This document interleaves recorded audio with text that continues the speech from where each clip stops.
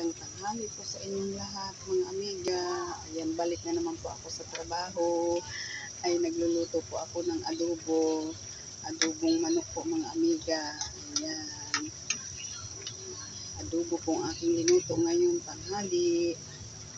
Ayan po, maraming salamat po sa inyo. Shout out po sa inyo mga followers, viewers ko. Ayan, maraming salamat po sa inyong lahat. Ayan, ito pong aking linuto ngayon na adobong manok. Balik tayo sa mga trabaho natin. Balik sa mga trabaho natin.